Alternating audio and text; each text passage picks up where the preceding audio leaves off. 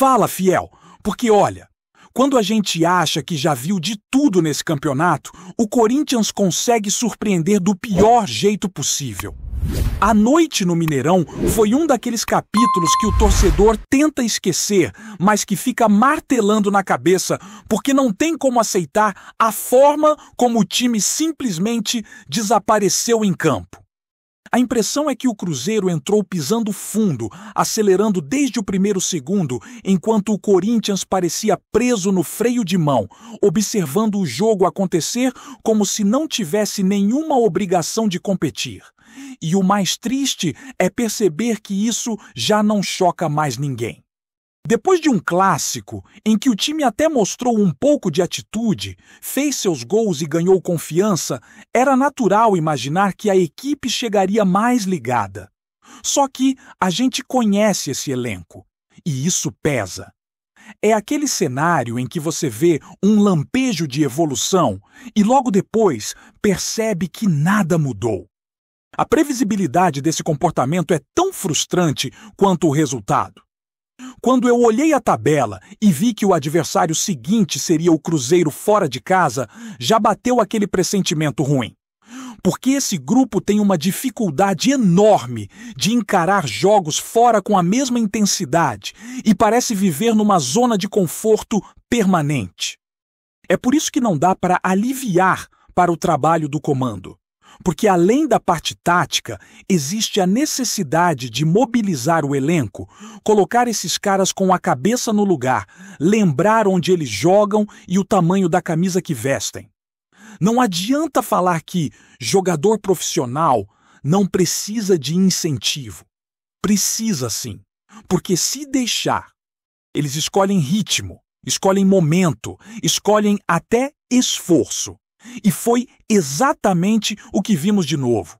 Um grupo que alcançou uma pontuação mínima e simplesmente largou o campeonato. O time chega na reta final com 45 pontos, faltando 3 partidas, e não briga por absolutamente nada. Isso para um clube que tem uma folha salarial altíssima, que paga milhões para atletas que deveriam assumir protagonismo, é absurdo. E ainda escutamos que a campanha é digna. Não dá. Não tem como considerar digna uma equipe que beira a zona inferior da tabela e corre risco até de perder lugar em competições internacionais. O torcedor olha e fica atônito, porque o mínimo que se espera é entrega. E entrega não faltou para o Cruzeiro, que não tomou conhecimento. O passeio foi completo. O adversário criou, acelerou, dominou os espaços e fez parecer que estava jogando contra um time que não tinha ideia do que fazer.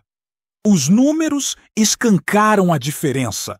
Finalizações para todo lado, bola chegando com facilidade, jogadores entrando livres. O Corinthians observou. O goleiro virou espectador privilegiado porque praticamente não teve trabalho, enquanto do outro lado o time celeste explorava exatamente o tipo de jogada que todo mundo já sabia que viria. E o pior, ninguém conseguiu impedir. As laterais foram um desastre.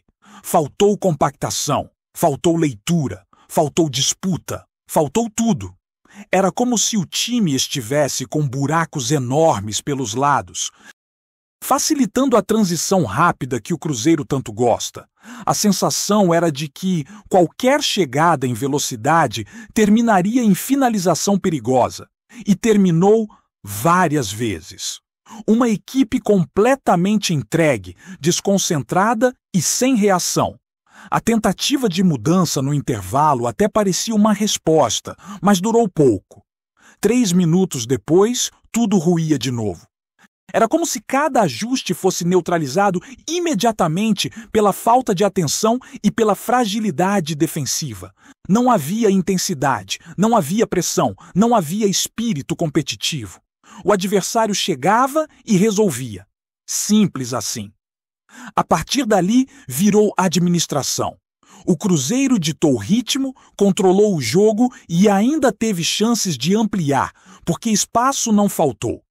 O Corinthians tentou responder de forma tímida, mas sem construção, sem ideia e sem brilho individual.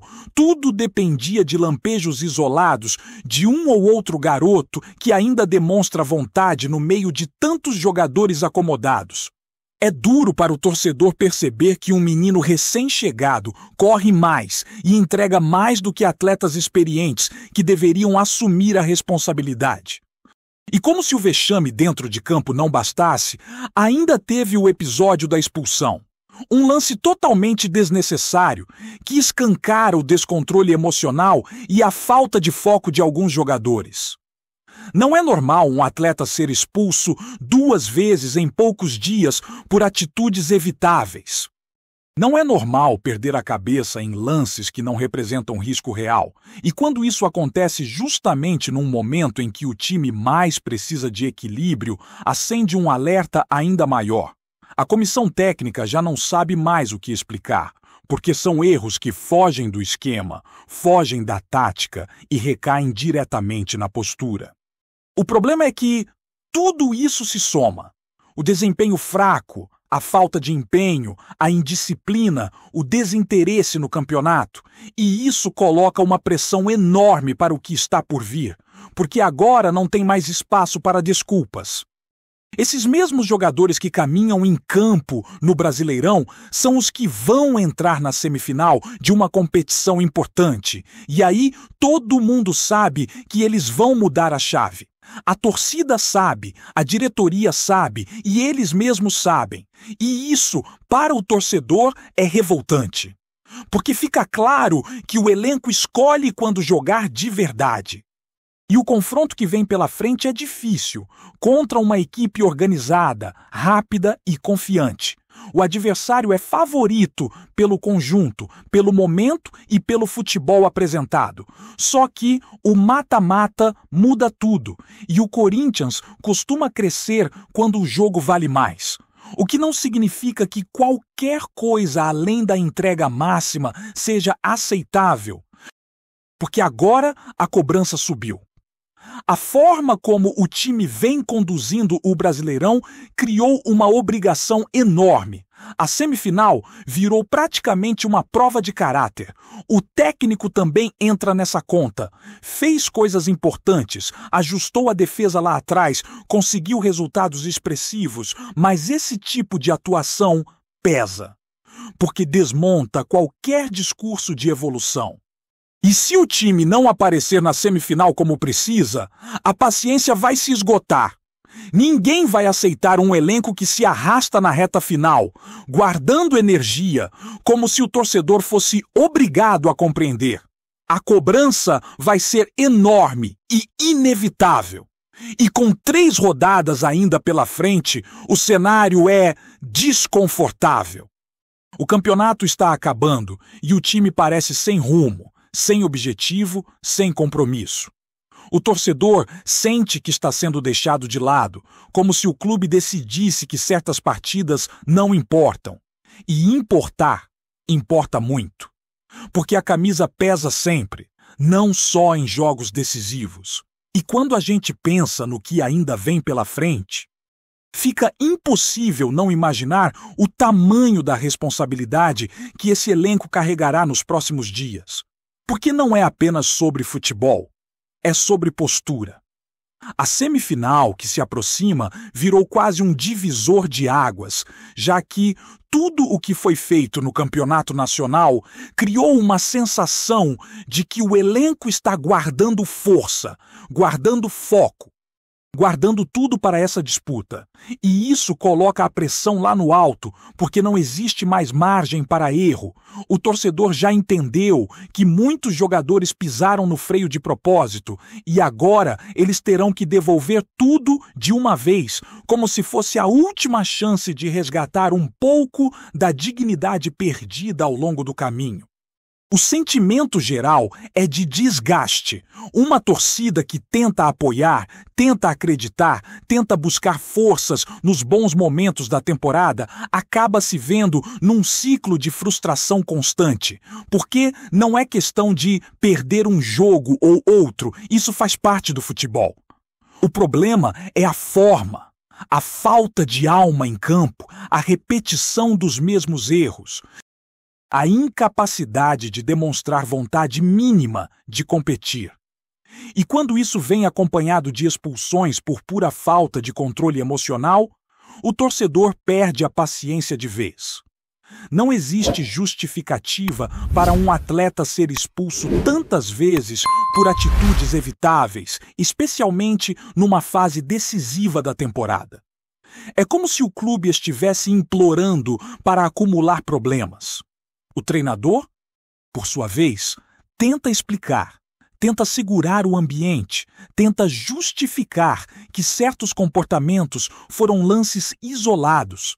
Mas chega um momento em que o discurso começa a perder força, porque a repetição dos erros mostra que o buraco é mais profundo. Não é só sobre uma jogada, é sobre concentração, sobre comprometimento, sobre profissionalismo. O treinador pode orientar, pode corrigir, pode mudar o time, mas certos detalhes partem exclusivamente dos jogadores. E quando eles falham justamente nesses detalhes, tudo desmorona. Ainda mais quando o time já vive um ambiente conturbado, com pressão da torcida, cobranças internas e resultados ruins acumulados. O curioso é que, apesar de toda essa desordem, existe algo que faz o torcedor segurar um fio de esperança. A capacidade que esses mesmos jogadores têm de, em momentos grandes, se comportarem como outro time. Parece até que existe uma versão alternativa do Corinthians que só aparece quando a partida é decisiva, quando a atmosfera pesa, quando a camisa vibra diferente. É como se um interruptor fosse ligado dentro de cada atleta, fazendo o grupo jogar em outro ritmo, com outra energia, outro nível de concentração. Mas essa mudança repentina, que pode até ajudar no mata-mata, também irrita profundamente, porque expõe que eles poderiam ter jogado assim o tempo todo. E aí nasce a pergunta que ninguém aguenta mais repetir. Por que só correr quando vale mais? Por que só brigar pela bola quando tem estádio lotado, quando a pressão é máxima, quando os holofotes estão virados? É exatamente isso que corrói a paciência do torcedor, porque ele se sente enganado, se sente colocado em segundo plano, como se o campeonato nacional fosse um fardo e não uma obrigação. E não importa se a equipe teve problemas internos, crises políticas, elenco desfalcado durante parte da temporada. Todo grande clube passa por turbulências, mas isso não pode ser desculpa para deixar de competir.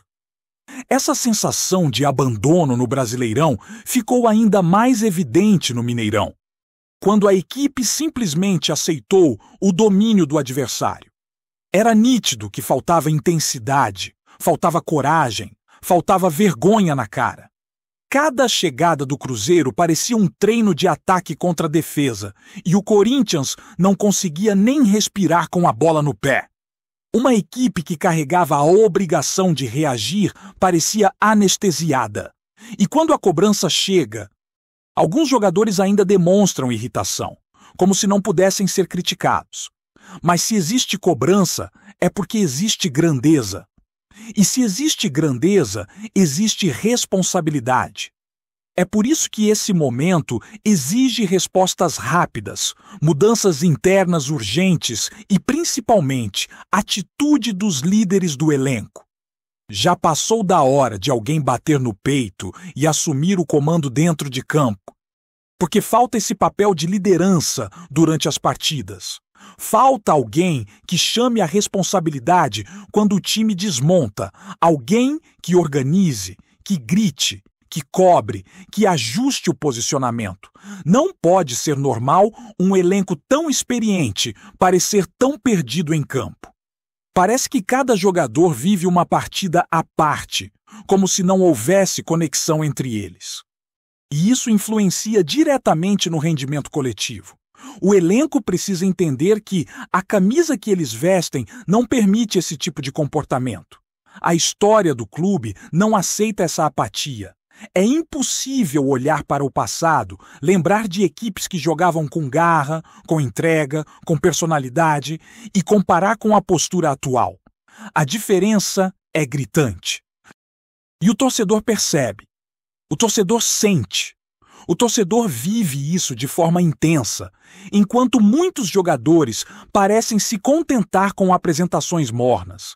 Essa distância emocional entre arquibancada e elenco é perigosa, porque cria um ambiente de desconfiança que pode afetar até os jogos mais importantes. E aí, a semifinal vira um cenário de tudo ou nada. Não apenas para o time, mas também para o treinador. Mesmo com as dificuldades do ano, mesmo com os desfalques que enfrentou, mesmo com a melhora que conseguiu implementar em alguns momentos, esse tipo de derrota pesa demais, porque elimina qualquer sensação de evolução. É como se o time desse 2 passos para frente e 10 para trás.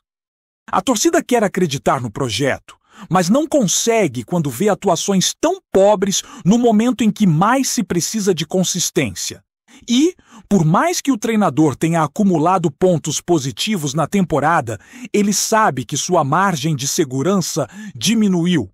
Uma eliminação agora pode mudar completamente o rumo das coisas. Porque o torcedor não vai aceitar continuar vendo o time caminhar em campo, enquanto entra em campo milhões em investimentos. A semifinal virou uma linha tênue entre continuidade e ruptura. E os jogadores sabem disso. Essa é a parte que mais pesa. A responsabilidade deles é maior do que imaginam. Não estão defendendo apenas uma vaga na decisão, mas sim a própria estabilidade do elenco e da comissão técnica. Com isso, os próximos treinos se tornam muito mais do que simples atividades. São momentos decisivos para ajustar mentalidade, reforçar intensidade e preparar cada jogador para uma partida que pode definir o rumo da temporada. Os erros cometidos no Mineirão precisam ser usados como alerta máximo. Não dá para repetir a falta de compactação, a desatenção nas jogadas de velocidade, a dificuldade de marcar pelos lados, a lerdeza nas transições. Tudo aquilo que foi exposto precisa ser corrigido com urgência, até porque o adversário sabe explorar exatamente essas fragilidades. Antes de prosseguirmos, te pedimos que deixe seu like e já se inscreva no canal para não perder nenhuma novidade exclusiva do Corinthians. Continuando. A movimentação nos arredores do Parque São Jorge ganhou um tom curioso nas últimas horas, como se um vento carregado de expectativa tivesse atravessado os portões do clube. O nome de Roger Guedes, já conhecido por despertar paixões e discussões acaloradas, voltou a circular com força. Fontes próximas ao jogador afirmam que ele desembarcou discretamente na capital e que o Corinthians teria preparado tudo para oficializar um contrato de 3 anos. Nada confirmado, nada negado. Exatamente o tipo de ingrediente que alimenta os bastidores do futebol paulista. O burburinho começou ainda no trajeto entre aeroporto e CT, quando torcedores mais atentos juram ter visto um carro escuro escoltando o atleta. Não houve fotos, não houve registro oficial, mas os relatos multiplicaram-se em grupos de mensagens, como costuma acontecer quando a fiel sente o cheiro de novidade no ar. Dirigentes mantêm a postura habitual, falando pouco, desviando perguntas e reforçando que qualquer movimentação só será comunicada no momento oportuno, frase que apenas intensifica o clima de suspense. Internamente, comenta-se que a diretoria vê em Roger Guedes uma peça capaz de alterar o desenho ofensivo da equipe. Seu estilo de jogo, marcado por arrancadas e finalizações precisas, seria justamente o elemento que o treinador estaria buscando para dar profundidade ao elenco. Há quem diga que conversas com o staff do atleta ganharam ritmo acelerado e que detalhes financeiros já teriam sido alinhados.